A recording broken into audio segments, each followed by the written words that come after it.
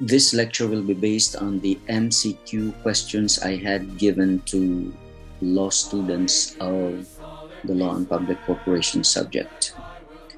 The first MCQ is about creation of an LGU, and to answer this, you have to return to Section 14 of the Local Government Code that says when a new local government unit is created, its corporate existence shall commence upon the election and qualification of its chief executive and a majority of the members of its sanggunian, unless some other time is fixed therefore by the law or ordinance creating it. So important keywords, election and qualification.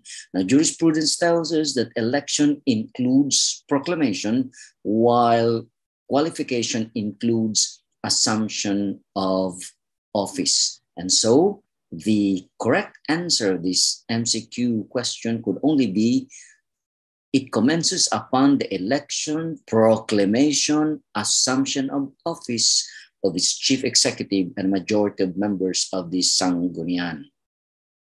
This second question is about the dual personality of an LGU. Now, let's review. An LGU has dual personality, political and corporate. But political also means public and governmental, and corporate also means private and proprietary. And so immediately you realize that the answer to the question is all of the above. It is both political and corporate. Letter A, correct. It has a political personality that is public and governmental, correct. It has a corporate personality that is both private and proprietary, all of the above. This MCQ question under the General Welfare Clause, Section 16, LGUs can exercise just about any act for the good of the constituencies by the power that is tacitly granted. Now it rings a bell because immediately you realize that that is wrong because of the word tacitly granted, because it should be explicitly granted. Now, this item is a big problem because of the word particular.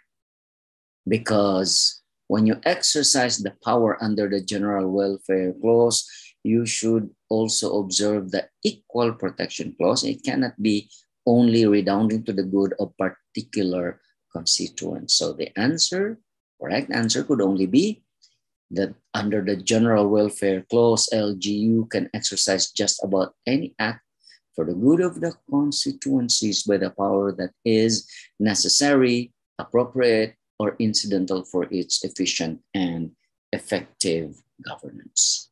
Next question.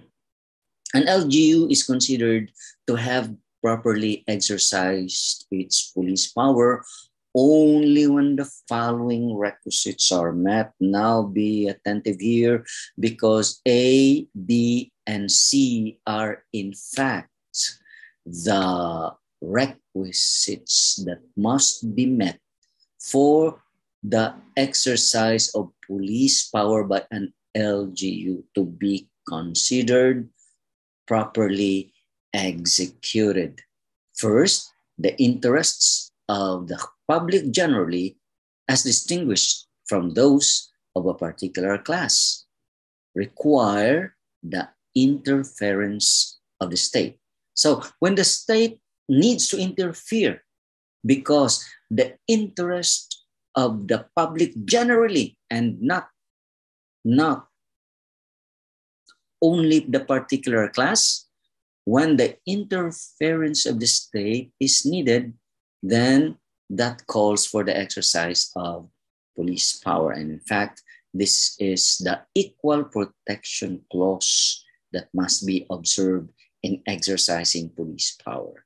Second, the means employed are reasonably necessary for the attainment of the object sought to be accomplished and not unduly oppressive.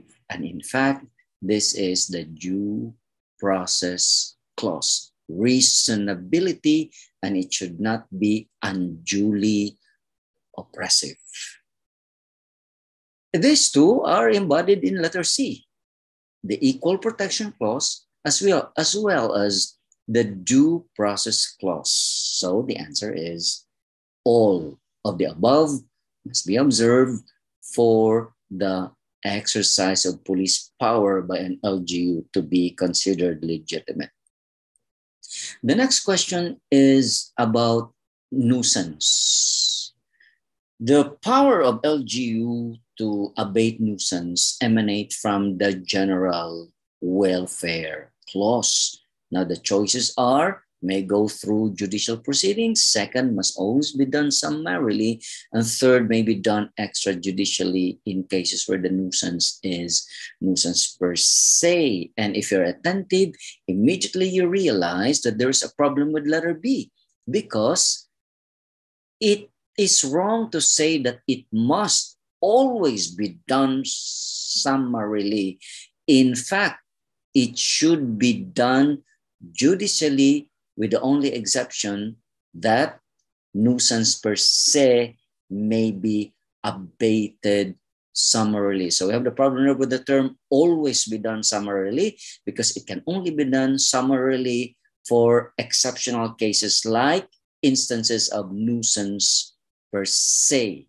So that is wrong, and immediately you realize that the answer cannot be all of the above, because we have one item which is wrong, must always be done summarily. And so we are left with A or B.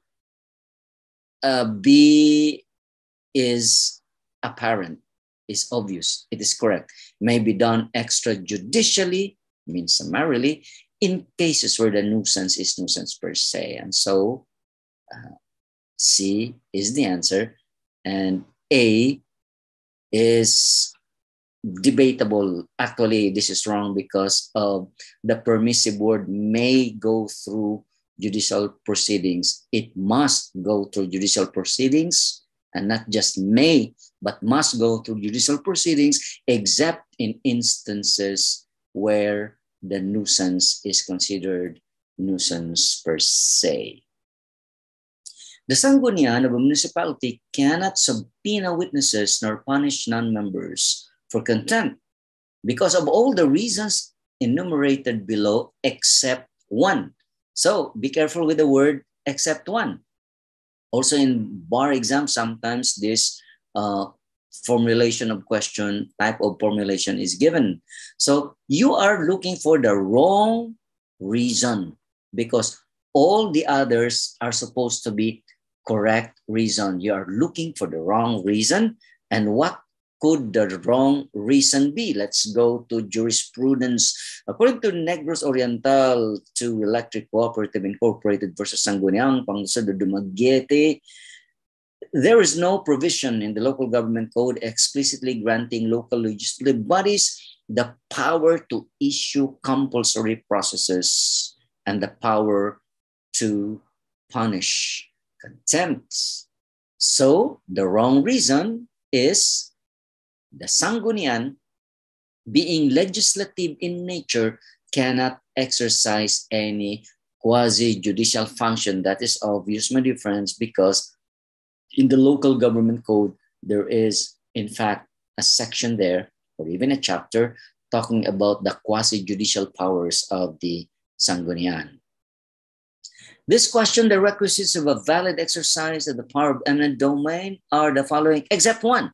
Now, there's the word again, except one. So you're looking for the wrong reason, and immediately you realize that letter A is wrong because of the word resolution. It cannot be a resolution. It must be an ordinance. So before a local government unit can expropriate, there must be an ordinance. If it is just a resolution, it is not valid, because a resolution is just the expression of the sentiments of the members of the Sanggunian, and it needs a law, no, the color of law. So it has to be covered by an ordinance.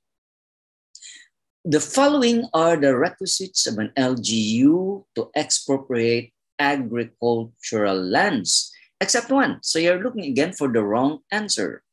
So For an LGU to expropriate agricultural lands, let's go through them. It must be for public use. Correct. Public use is very important for an LGU to expropriate private property. It must pay just compensation. As distinguished from police power, eminent domain, the power of eminent domain involves payment of just compensation. Now let's look at this. The LGU must require prior authority from DAR since it is an agricultural land. So the question is, if an LGU would like to expropriate an agricultural land, does it need prior authority from the Department of Agrarian Reform? Now let's go to jurisprudence. In the case of province of Camarines Sur versus Court of Appeals, if LGUs could no longer expropriate agricultural lands needed for construction of roads, bridges, schools, hospitals, etc., without first applying for conversion of the use of lands with the DAR, because all these projects would naturally involve a change in the land use, then, in effect, it would be the DAR which would scrutinize whether the expropriation is for public purpose or public use. So the answer is, the wrong answer is the LGU must require prior authority from the DAR. The following are exercises of eminent domain and requires payment of just compensation. We said earlier that under Section 16, there are two powers that can be exercised there, the police power and the power of eminent domain. And when it comes to power of eminent domain, expropriation, there must be payment of just compensation of the property being expropriated. Police power, you not need to pay. So let's go through them. The forced taking of church land for the construction of public market. Yes, it can be expropriated. Church land can be expropriated. But in one of my lectures, I was saying that I would like a case to reach the Supreme Court challenging expropriation of church properties on the ground, and that is my own opinion, on the ground that church properties are already public in nature in the sense that it is dedicated to public use. But there's no Supreme Court decision on that yet. So meanwhile, for as long as there's no law and jurisprudence along this reasoning, then we should answer that the forced taking of church land can be done through expropriation, but for the construction of public market, but of course there should be compensation. The forced taking of private land for road expansion, yes, of course. And then here, number 3, that is police power. And in fact, there is a case in Makati, a subdivision in Makati. The subdivision was forced open in order to open the road, in order to decongest the traffic somewhere in Makati. And that is an exercise of police power. And it does not need any compensation because it does not partake of the power of eminent domain. Now, for an LGU to validly close a road temporarily for the undertaking of public works, telecommunications, or water work, the following must be observed. Take note of the word temporarily. We're just temporarily closing a road, not permanently closing it.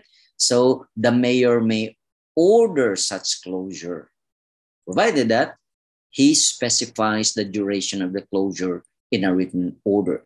So no need of an ordinance because it's just a temporary closure, and no need of the consent of the majority of its constituents, but the mayor may order such closure provided that he specifies how long it will be closed, and it must be in a written order. The following statements are correct except one. So we are looking again for the wrong statement. Now, the first statement, as a general rule, the state may not be sued without its consent. Remember, we are looking for the wrong answer for the wrong statement. So the first statement is correct. As a general rule, the state may not be sued without its consent. It can only be sued if it consents. Now, this second statement, the consent must be expressed clearly explicitly, unequivocally, so that the state would not be disturbed in rendering public service by unfounded lawsuits. Sounds correct, but the word must be expressed makes the statement wrong, because in fact, the consent may be implied when the government enters into business contracts. So it, it, it, it, it may not always be expressed clearly, explicitly, and equivocally, because there are instances when it can be implied, and that happens when the local government unit enters into business and descends into the level of merchants. Municipal corporations may be sued on the following basis: respondeat superior. Now let's have some lectures here on the nature of the responsibility of local government units. Now, be very clear about this. When LGUs are exercising political or governmental powers, now it cannot be held responsible. It can only be held responsible when it is exercising corporate powers, private powers, corporate powers. Now, in the case of Municipality of La Union versus Firme, it has already been remarked that municipal corporations are suable because their charters grant them the competence to sue and be sued. Nevertheless, they are generally not liable for torts committed by them in the discharge of governmental functions, and can only be held answerable only if it can be shown that they were acting in proprietary capacity. So corporate capacity, if acting in corporate capacity, LGUs can be held liable for torts. It can be sued. Okay? In permitting such entities to be sued, the state merely gives the claimant the right to show that the defendant was not acting in governmental capacity when the injury was committed, or that the case comes under the exceptions recognized by law. Failing this, the claimant cannot recover. So, for example, if the driver of an LGU truck runs over a pedestrian and the pedestrian dies before reaching the hospital, then the LGU may be sued, but the issue there to be proven is whether or not the driver at that time was performing governmental act on behalf of the LGU. If it is performing governmental duty, then the LGU cannot be held liable by the principle of respondeat superior. But if it is performing the function, the corporate function, the corporate personality, we know that the LGU has dual personality. If it is along the corporate personality of the LGU, then the LGU may answer for the tort committed by the driver doing corporate duties for the LGU.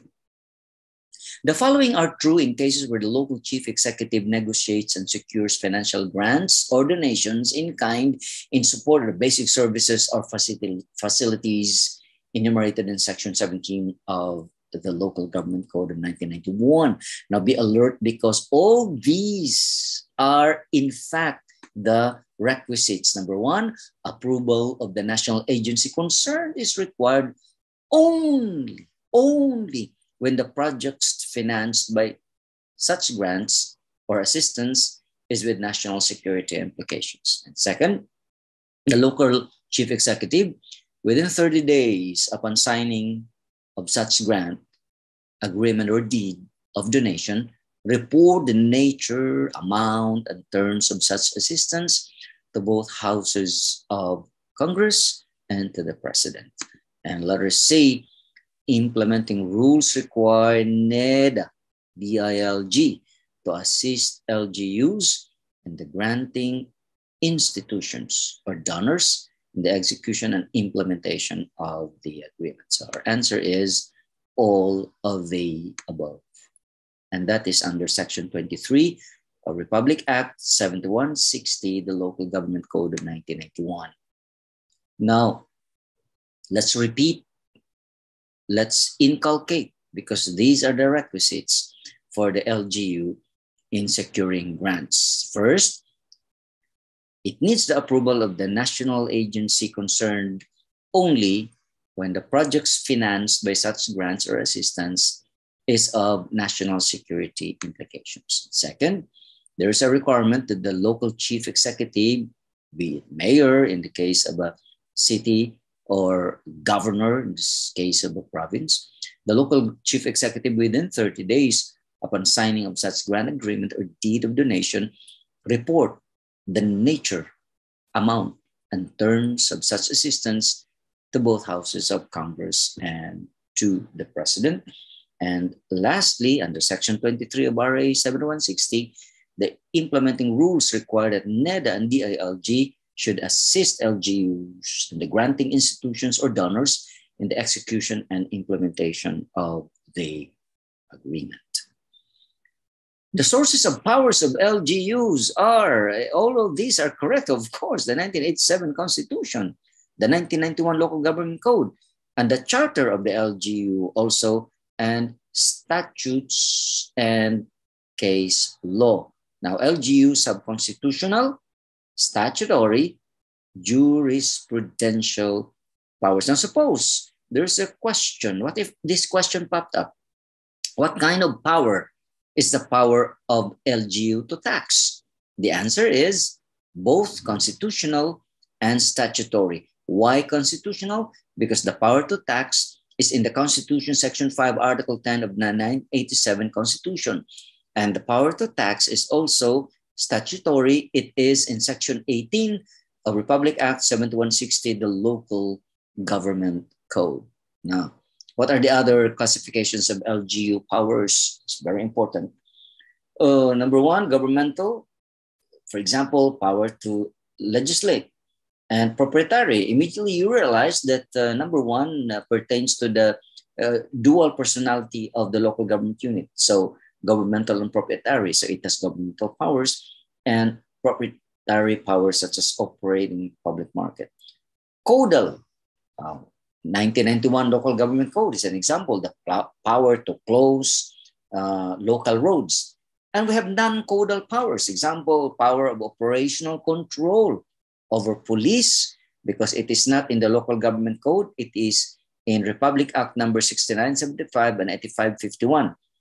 Devolution, for example, of training services, it is under the TESDA authority pursuant to Republic Act number 7796. It is non-codal in the sense that it is not carried by the Local Government Code of 1991, but it is covered by special law, Republic Act 7796, in the case of TESDA.